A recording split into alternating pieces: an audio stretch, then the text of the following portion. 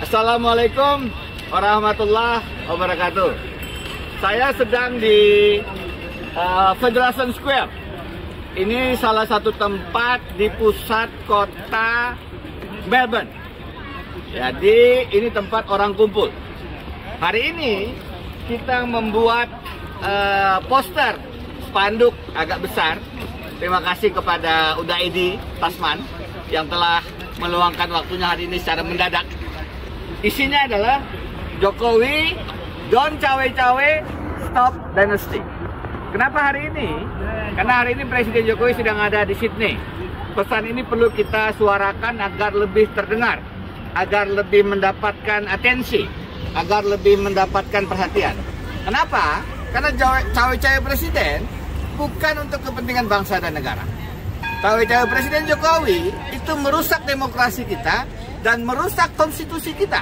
Apalagi kalau cawe-cawenya itu menjadikan Pilpres 2024 menjadi lebih tidak adil, menjadi lebih tidak jujur. Maka kita harus melakukan sikap yang kritis, melakukan perlawanan. Presiden tentu bisa cawe-cawe dalam artian positif, positif intervention. Bagaimana? Sekarang ada RUU perampasan aset. Presiden bisa mendorong agar parlemen, koalisinya yang hampir 80% itu bisa mendorong agar cepat menjadi undang-undang.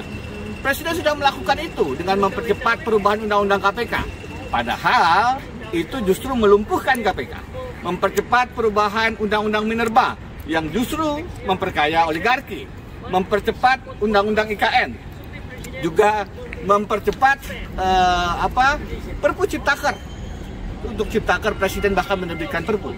Kenapa untuk RUU perampasan aset Presiden tidak bisa menerbitkan undang-undang dengan mempercepat proses dari parlemen?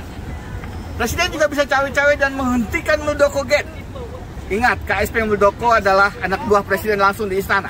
Maka Presiden seharusnya bisa menghentikan pembajakan, pencopetan, pembegalan Partai Demokrat yang dilakukan oleh Kepala Staf Presidennya sendiri. Jangan biarkan pelanggaran hak berorganisasi ini, karena ini melanggar konstitusi. Presiden juga bisa cawe-cawe menghentikan bisnis anak-anaknya. Sudah jelas ada laporan di KPK oleh Badrun 10 Januari tahun lalu, sudah setahun lebih, tidak ada perkembangan. Tidak mungkin anak-anak Presiden Jokowi mendapatkan modal yang besarnya sampai ratusan miliar kalau dia bukan anak Presiden. Itu adalah trading influence, itu adalah suap pada dasarnya.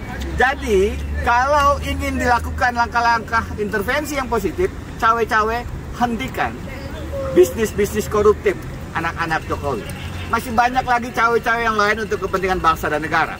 Tapi justru untuk kepentingan penegakan hukum, kepentingan pemberantasan anti korupsi, Presiden banyak lepas tangan. Membiarkan KKN makin merajalela. Karena itu, pesan kita kepada Presiden Jokowi, hentikan cawe-cawe yang mengganggu pemilu 2024. Hentikan cawe-cawe yang menjegal calon presiden. Lakukan cawe-cawe yang harus dilakukan presiden, seperti mendorong perampasan aset undang-undangnya, menguatkan kembali KPK, dan menghentikan bisnis-bisnis anak-anaknya yang koruptif. Dari Melbourne, Australia, Jokowi, don't cawe-cawe, stop dynasty.